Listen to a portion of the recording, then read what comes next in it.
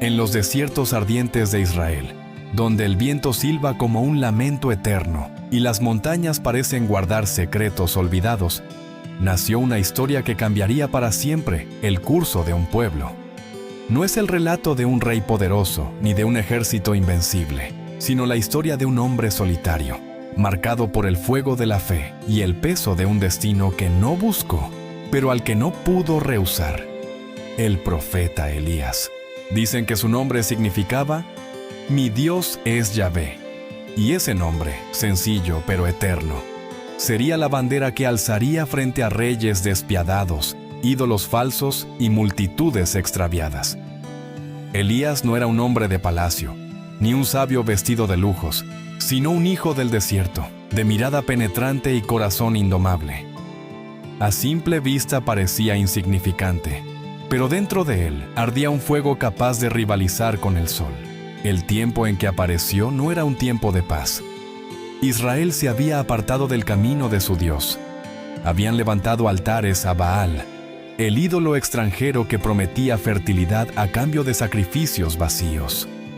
El propio rey Acab, junto a su esposa Jezabel, se había rendido a esas tinieblas, conduciendo a la nación a la idolatría y a la injusticia.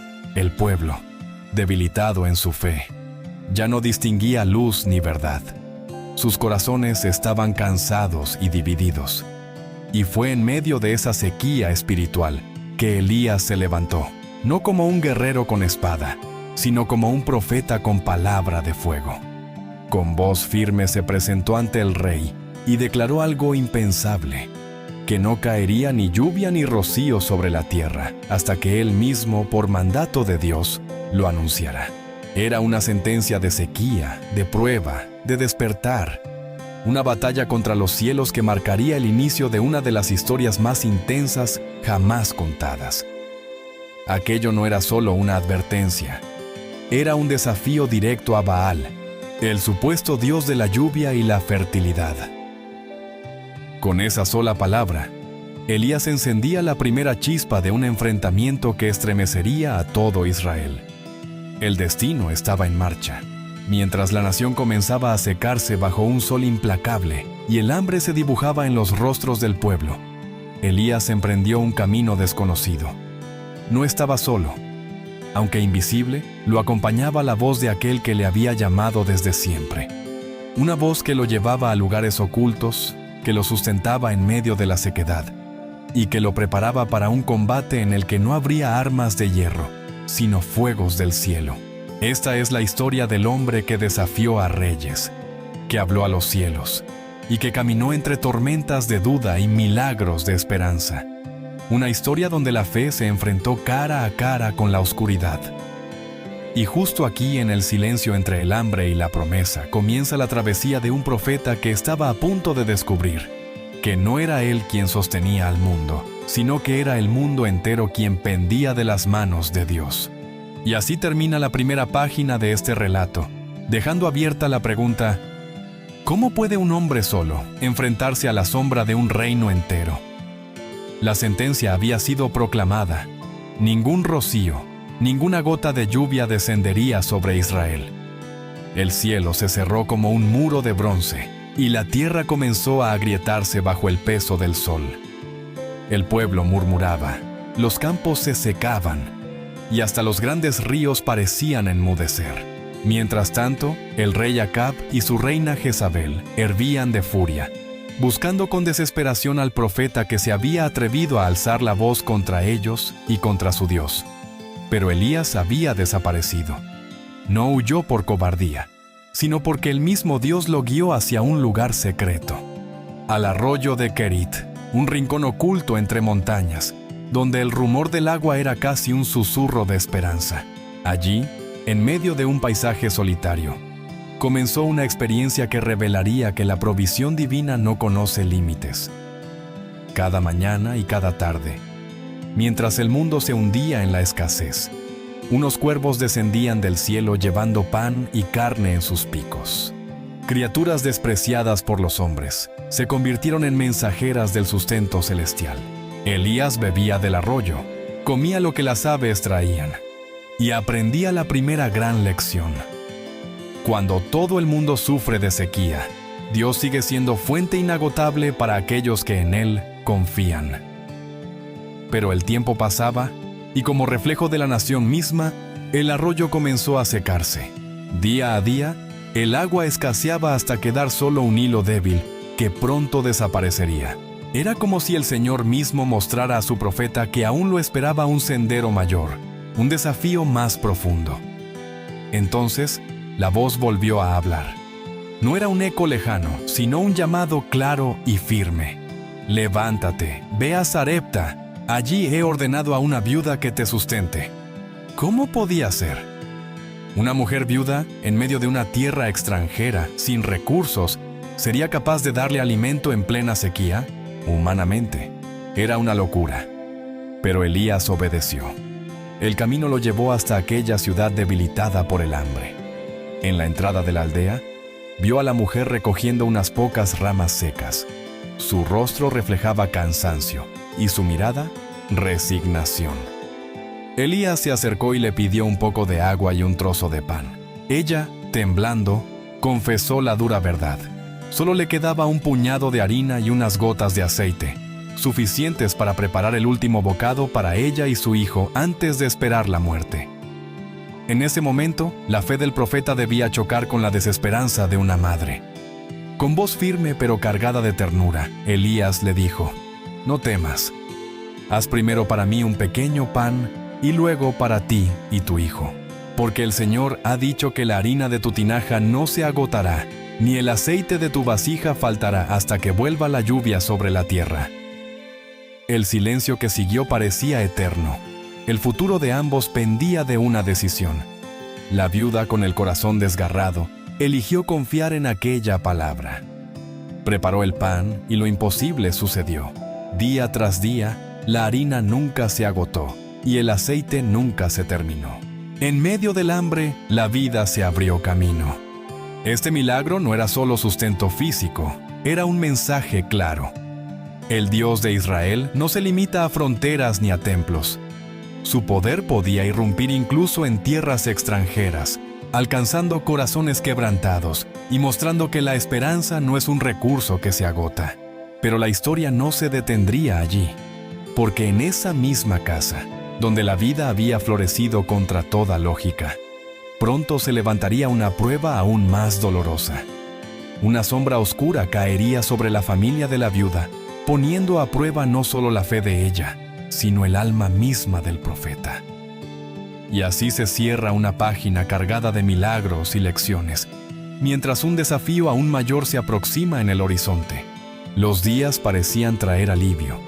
La tinaja nunca quedaba vacía, y la vasija de aceite no se agotaba. La viuda veía a su hijo comer con vida en los labios, y Elías, en silencio, agradecía cada día aquel milagro que se renovaba como un recordatorio del cuidado divino. Sin embargo, cuando la esperanza empieza a levantarse, la vida a veces parece arrebatar lo más preciado, y así fue. Una mañana, el silencio de la casa fue interrumpido por algo más oscuro que el hambre. La respiración del niño se hizo débil, hasta que finalmente se apagó. La mujer rompió en llanto. Su voz herida se volvió contra el profeta. «Varón de Dios, ¿has venido para traer juicio sobre mí y hacer morir a mi hijo?» Sus palabras eran como cuchillos. La madre, que había confiado, ahora se sentía traicionada. Y Elías, a pesar de la fe que lo sostenía, sintió el peso insoportable de la impotencia. El profeta tomó en sus brazos al niño sin vida. Aquella pequeña figura inerte parecía más pesada que 1000 reinos. Lo llevó a la habitación donde dormía y lo tendió sobre la cama. Allí, en un gesto desesperado y profundamente humano, Elías se postró y clamó al cielo con lágrimas: «Señor Dios mío, aun a esta viuda que me ha hospedado con tanto sacrificio vas a traerle dolor, quitándole la vida de su hijo». 1, 2, 3 veces. Elías se inclinó sobre el cuerpo del niño, rogando con todas sus fuerzas: «Señor Dios mío, te ruego que vuelva el alma de este niño a él». El cuarto se llenó de una tensión indescriptible. El tiempo parecía suspenderse, y en aquel silencio, algo imposible ocurrió. El pecho del niño se agitó, el aire volvió a llenar sus pulmones y la muerte se retiró derrotada. Elías lo levantó y lo entregó a su madre con un rostro iluminado. La mujer, bañada en lágrimas, lo tomó entre brazos y dijo: «Ahora sé que eres verdaderamente un varón de Dios, y que la palabra del Señor en tu boca es verdad». Aquellas palabras no solo confirmaban su fe, marcaban un antes y un después en el caminar del profeta. Ya no era simplemente aquel hombre que había proclamado una sequía o aquel a quien cuervos habían alimentado. Ahora había tocado con sus propias manos el límite más grande, la muerte, y había experimentado que el poder de Dios es capaz de devolver la vida, incluso cuando todo está perdido. Esta experiencia sería la chispa que encendería la valentía que pronto necesitaría, porque se avecinaba una confrontación mayor, una que pondría a todo Israel como testigo. Las noticias corrían. La sequía apretaba el cuello del pueblo, y el rey Acab, desesperado y furioso, seguía buscándolo, jurando que acabaría con aquel profeta.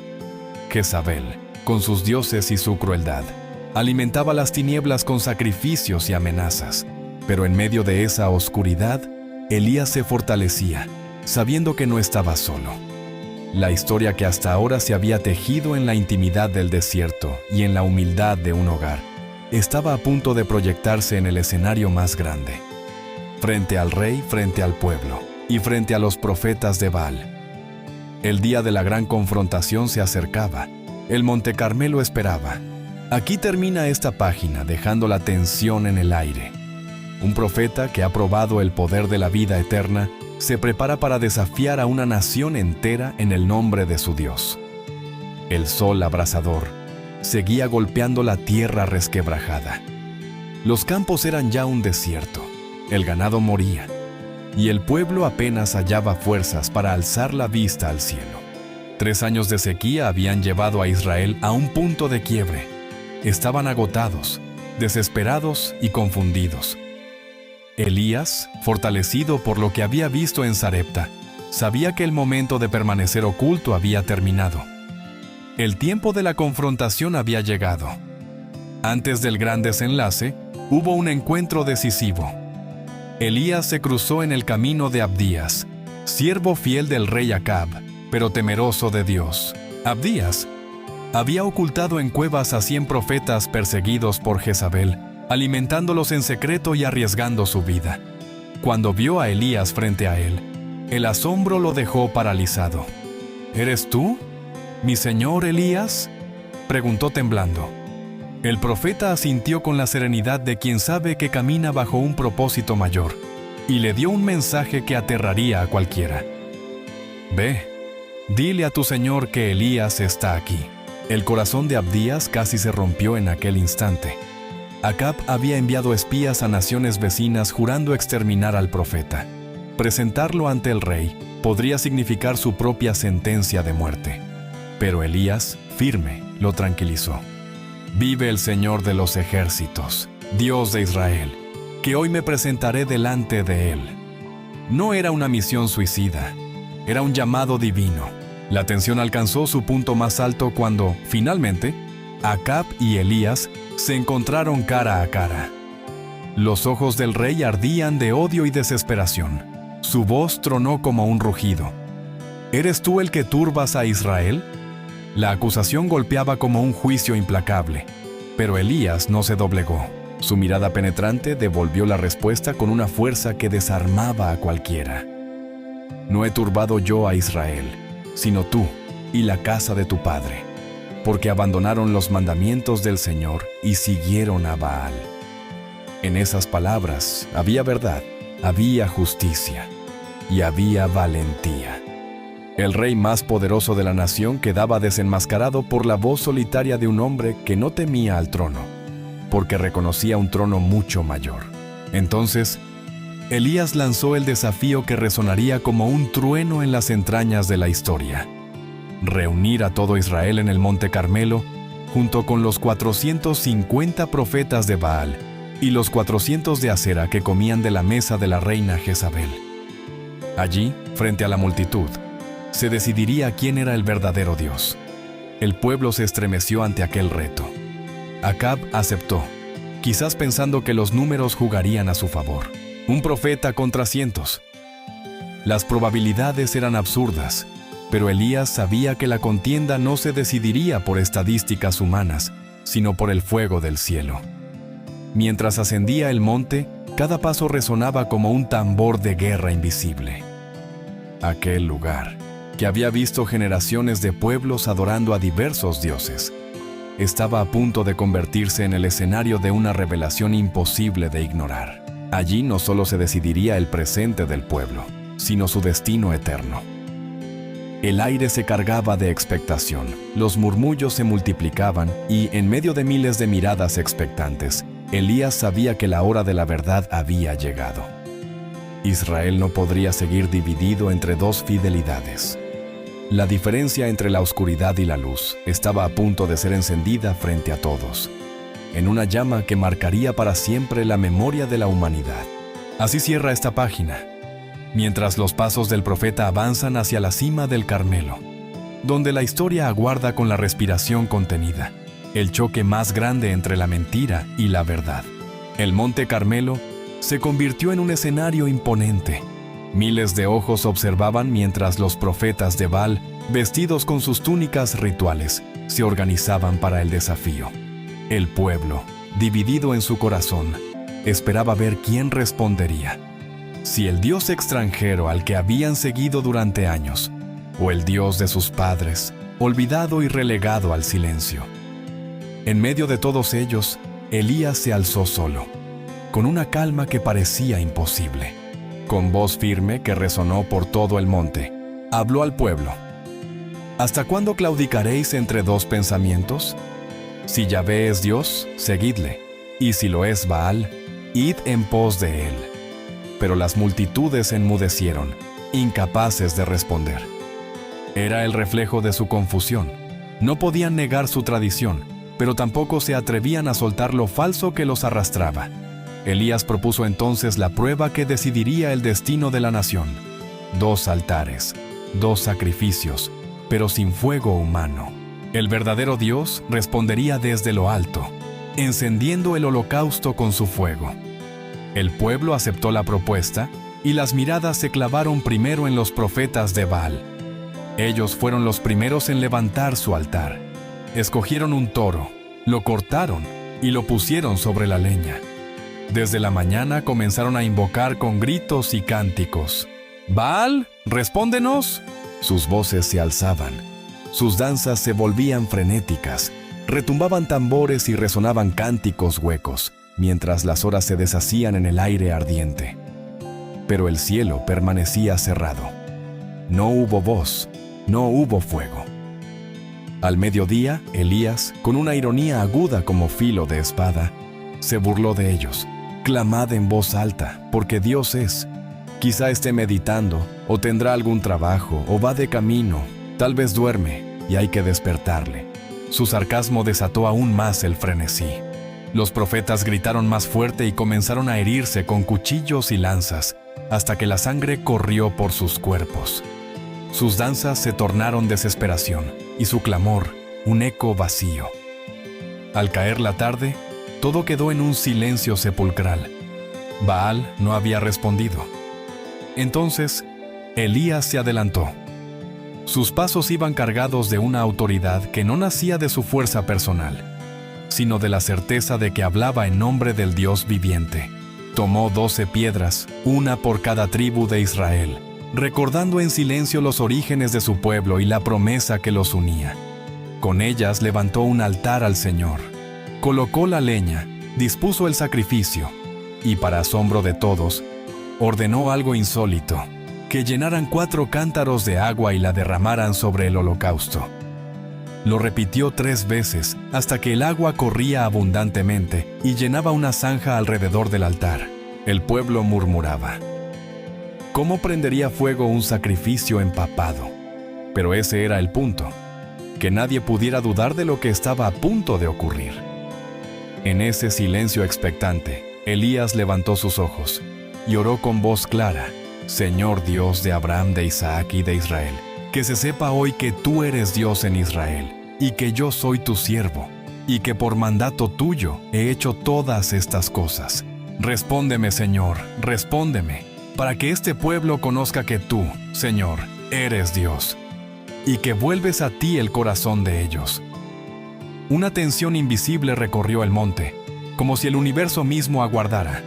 Y de pronto, aquí, en el borde del sacrificio empapado, se suspende la acción, el instante previo antes de que el cielo mismo decida responder.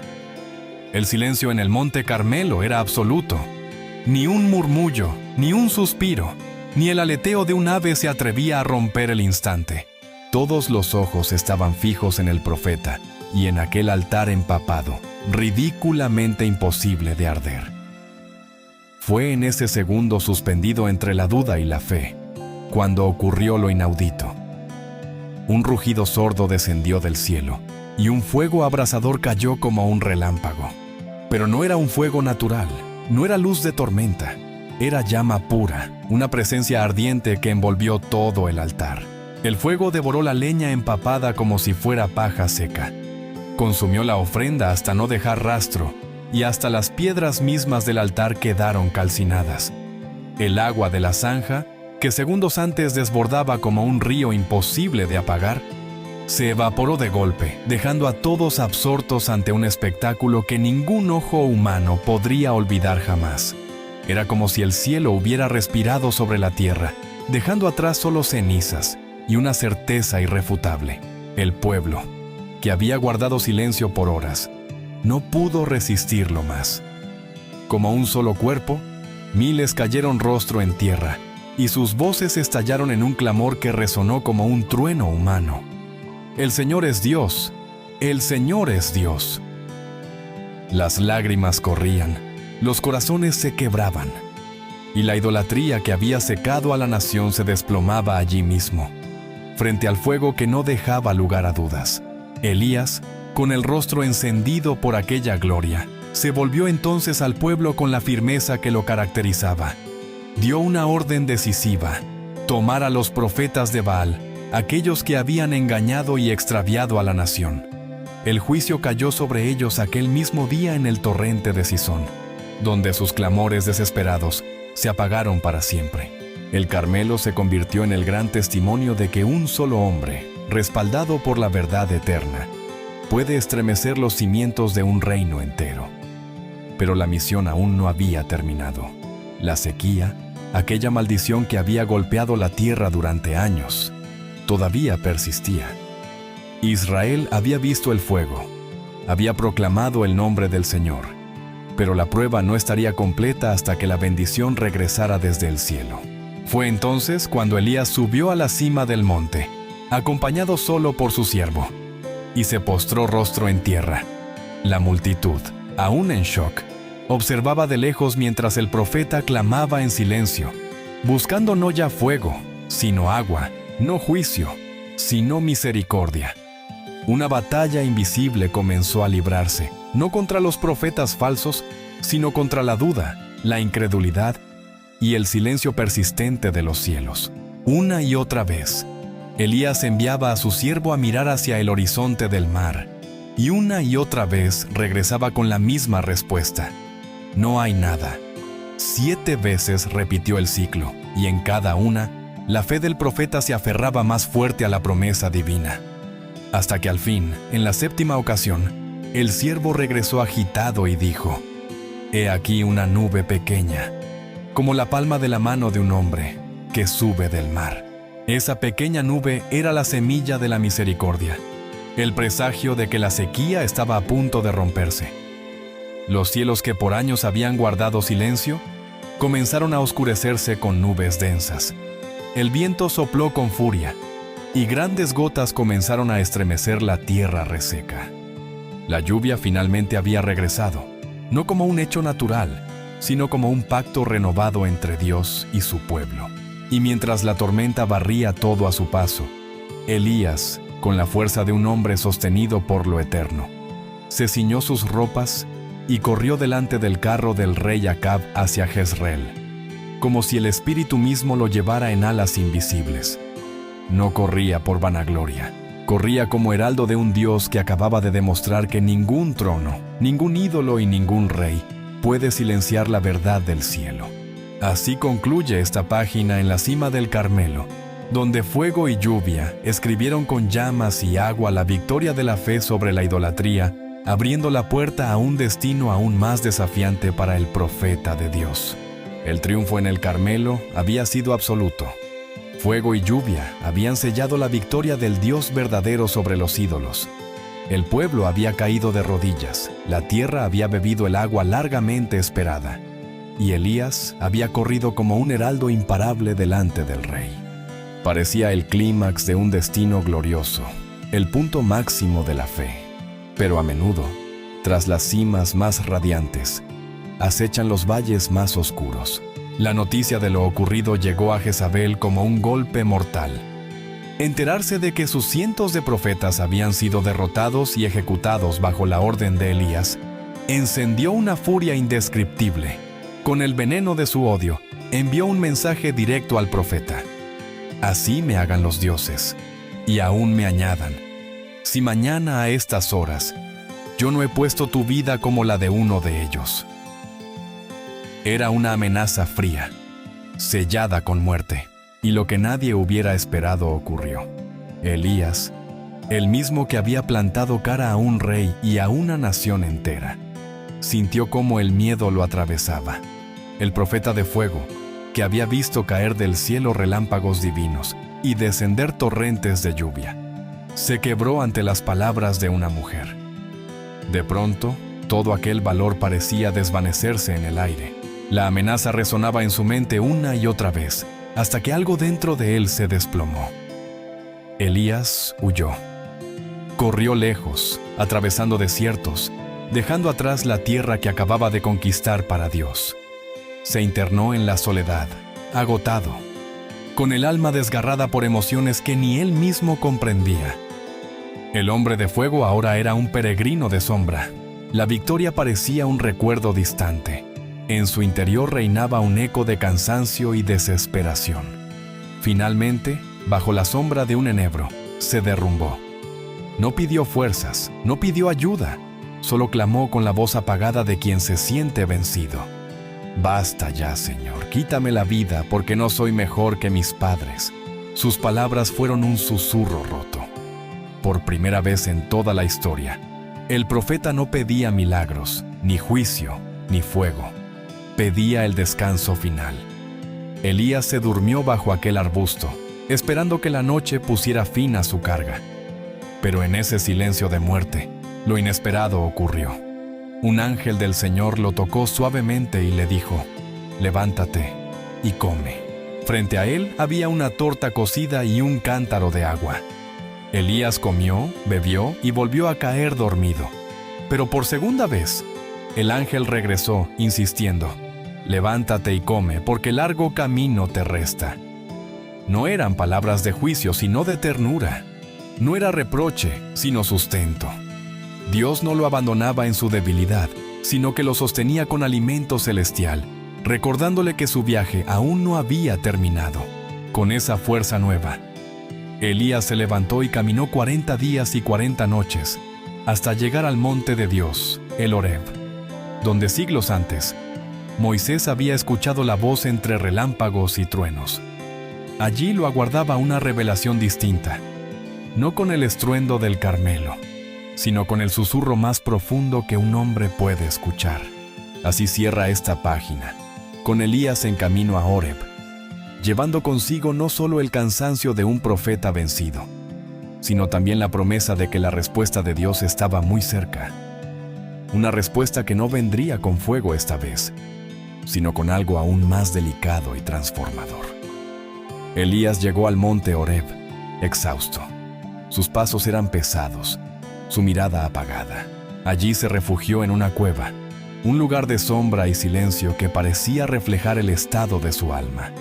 El profeta del fuego, aquel que había invocado la gloria en el Carmelo, ahora se veía a sí mismo como un hombre derrotado, escondido entre piedras, buscando que la soledad lo cubriera.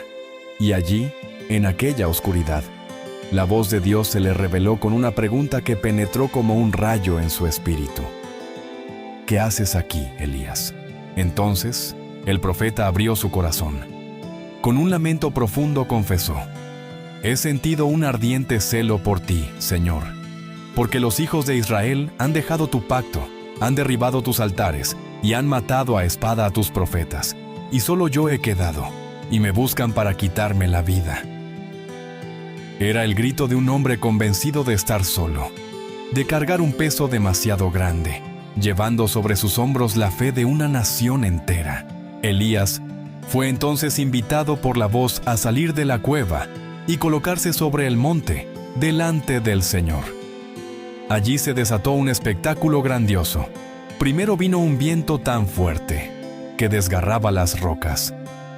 El estruendo retumbaba con fuerza capaz de estremecer cualquier corazón, pero el Señor no estaba en el viento. Después vino un terremoto.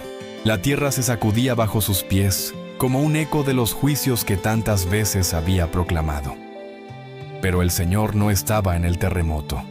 Luego vino un fuego ardiente, llamas que Elías conocía bien, pues había visto el poder divino descender desde los cielos sobre el Carmelo. Pero el Señor tampoco estaba en el fuego. Solo entonces, después del estrépito de todo lo grandioso, vino un sonido distinto, un susurro leve, delicado, casi imperceptible. Un silbo apacible y suave que parecía hablar al alma sin gritar, que acariciaba el corazón sin consumirlo. En ese instante, Elías cubrió su rostro con su manto y salió de la cueva. Allí comprendió que la verdadera presencia de Dios no siempre se manifiesta en lo espectacular, sino en lo íntimo, en lo tierno, en el murmullo que calma el alma rota. Elías, que había esperado fuego y juicio, descubrió que Dios también se revela en la paz, en el cuidado silencioso que restaura la esperanza. Ese silbo apacible le mostró que nunca había estado solo, ni en el Carmelo, ni en la cueva, ni bajo la amenaza de los reyes. Dios había estado siempre allí, incluso en los momentos en que su fe parecía quebrarse. La voz volvió a hablar, repitiendo la pregunta: ¿Qué haces aquí, Elías? Y aunque la respuesta del profeta fue la misma, el mensaje de Dios fue diferente. No estaba solo, ni era único en su lucha.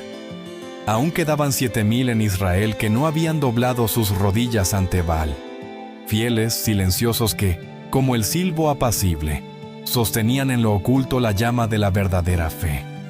Elías, renovado, fue enviado con nueva misión. Se levantaría no como un hombre acabado, sino como un instrumento aún necesario. No era el fin de su historia, era apenas una transición hacia un llamado más profundo. Así concluye esta página. En el Horeb, Elías descubrió que el poder de Dios no solo derriba altares falsos con fuego, sino que también sana corazones quebrados con un susurro. Era la preparación de su camino hacia el desenlace más glorioso de su vida. Elías descendió del Horeb con un nuevo espíritu. Ya no era el profeta quebrado que pedía la muerte bajo un enebro, sino un hombre renovado por la certeza de que no estaba solo, por la voz que le devolvió la esperanza y por la misión que aún lo esperaba. Dios le había mostrado que siempre había un remanente fiel en Israel, y que la historia de su pueblo no pendía únicamente de sus hombros. Con esa convicción, emprendió una nueva etapa de servicio. Uno de los actos más significativos de esta etapa fue el llamado de Eliseo, el joven que sería su sucesor. Elías, obedeciendo la orden divina, halló a Eliseo arando con 12 yuntas de bueyes. Sin pronunciar palabra, lanzó sobre él su manto, símbolo del llamado y de la autoridad profética. Eliseo entendió de inmediato, dejó los bueyes, sacrificó su yunta, y con aquel gesto ardiente de decisión se unió a Elías en el camino. Era el inicio de un legado que trascendería generaciones, porque la obra de Dios no termina con un solo hombre, sino que se transmite como llama, que nunca se extingue. Aunque aún debía cumplir misiones, como ungir reyes y continuar denunciando la injusticia de Acab y Jezabel, el corazón de Elías ya latía con otra fuerza, la de saber que su historia estaba entrando en los capítulos finales y que su caminar sería coronado no con derrota, sino con gloria. Los días pasaron y el vínculo con Eliseo se fortaleció. El discípulo se convirtió en testigo cercano de la vida del profeta, aprendiendo con cada paso que la verdadera fuerza no estaba en la arrogancia de los tronos, ni en el poder visible de las multitudes, sino en la voz del Señor que guía incluso en el silencio. Eliseo sabía que llegaría el día en que su maestro partiría, y se mantenía a su lado con fidelidad inquebrantable. Y llegó esa jornada misteriosa. Elías lo sabía. Eliseo también lo presentía. El cielo estaba por reclamar al profeta de fuego. Mientras ambos caminaban juntos, cruzando lugares cargados de significado. Gilgal, Betel, Jericó. Los hijos de los profetas les salían al encuentro, susurrando con reverencia: «¿Sabes que hoy el Señor quitará a tu maestro de sobre tu cabeza?»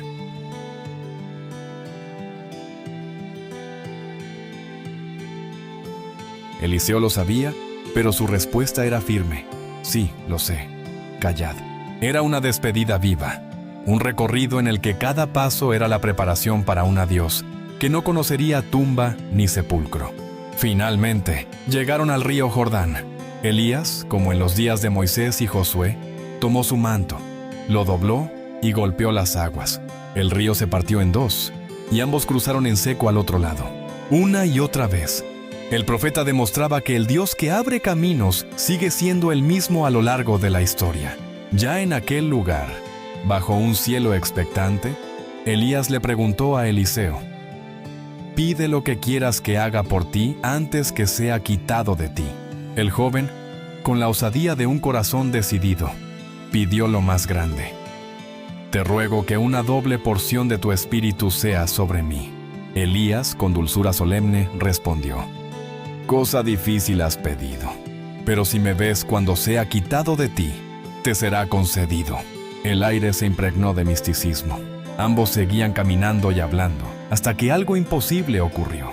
Así cierra esta página, con la atmósfera cargada de presagio y gloria. El cielo a punto de irrumpir en la tierra para llevarse al profeta de fuego. De pronto, los cielos se abrieron con un estruendo jamás escuchado. Entre nubes encendidas, apareció un carro de fuego tirado por caballos igualmente ardientes, descendiendo como relámpago divino sobre la tierra. El resplandor era tan intenso que parecía quemar el aire mismo. Elías, el profeta del fuego, fue envuelto por esa gloria y separado de Eliseo en un abrir y cerrar de ojos. El discípulo, con el corazón desgarrado por la emoción, gritó con todas sus fuerzas: Padre mío, carro de Israel y su gente de a caballo». Pero ya no podía alcanzarlo. Elías ascendía, no como los hombres comunes que vuelven al polvo, sino como los escogidos que son llevados por la mano de lo eterno. El carro lo elevaba hacia lo alto, cruzando los cielos en una llama viva hasta desaparecer en la inmensidad. Ninguna tumba guardó su cuerpo, ningún sepulcro selló su partida. Su final en la tierra fue un principio en la eternidad, porque Elías se convirtió en símbolo del poder de Dios, que no se apaga nunca. Eliseo quedó de pie, con lágrimas corriendo por su rostro. A sus pies había caído el manto de su maestro, testigo silencioso del legado que ahora le tocaba continuar. Temblando, lo recogió y, con fe, golpeó las aguas del Jordán clamando: «¿Dónde está el Señor, Dios de Elías?». Y como respuesta, las aguas se partieron de nuevo. El espíritu del profeta no se había extinguido. Vivía ahora en su discípulo, en la obra que debía multiplicarse, en la llama que nunca se apagaría. Elías había sido más que un hombre. Había sido prueba viva de que Dios es Señor sobre los tronos y sobre la naturaleza, sobre la muerte y sobre la vida. Inodesianta había mostrado que la fe no depende de números, de ejércitos, ni de fuerzas humanas, sino de confiar en aquel que gobierna todo. Su trayecto fue un camino de pruebas y milagros, de fuego y silencio, de miedo y esperanza, que culminó en la certeza gloriosa de que su Dios nunca lo dejó solo. Hoy, su historia resuena no como un eco perdido en el tiempo, sino como una voz viva que nos llama a decidir, como el pueblo en el Carmelo. ¿A quién seguiremos? Así como Elías eligió levantarse en medio de reyes, naciones y amenazas, cada uno es llamado a levantar su fe en medio de sus propias sequías, de sus propios Carmelos, confiando en que el mismo Dios que respondió con fuego, también responde con un susurro que sana. Elías partió en un carro de fuego, pero su legado no partió con él. Su llama arde aún, no en el cielo distante, sino en cada corazón que se atreve a creer que lo imposible puede suceder si Dios está en medio. Porque el verdadero poder no está en el ruido de los altares falsos, ni en el rugido de los reinos pasajeros, sino en la voz eterna que declaró sobre este hombre: mi Dios es Yahvé. Y así se cierra esta historia épica, emotiva y eterna. La verdadera historia del profeta Elías, aquel que caminó en fuego y terminó en gloria, recordándonos que la fe auténtica siempre levanta al hombre hacia lo alto, más allá de sus miedos, más allá de sus tormentas, directo al corazón del Dios eterno. Querido amigo, la historia del profeta Elías no es solo un recuerdo del pasado. Es un recordatorio vivo de que aún en los momentos de sequía, de miedo o de soledad, Dios nunca abandona a los que ponen su confianza en Él. Nos enseña que la verdadera fuerza no está en los números ni en el ruido, sino en la fe sencilla, capaz de encender fuego en lo imposible y escuchar la voz en el silencio. Hoy tú también estás llamado a ser luz en medio de la oscuridad, a levantarte como Elías y creer que el mismo Dios que lo sustentó y lo llevó en gloria es el mismo que puede obrar en tu vida. No importa cuán duro sea tu valle, ni cuán lejana parezca la esperanza, el fuego, la paz y la promesa de Dios siguen estando al alcance de quienes se atreven a creer. Si esta historia tocó tu corazón, te invito a compartir este video con alguien que necesite un mensaje de esperanza. Y si deseas seguir recibiendo contenidos inspiradores como este, suscríbete al canal y acompáñanos en este viaje de fe y reflexión. Porque juntos podemos mantener viva la llama.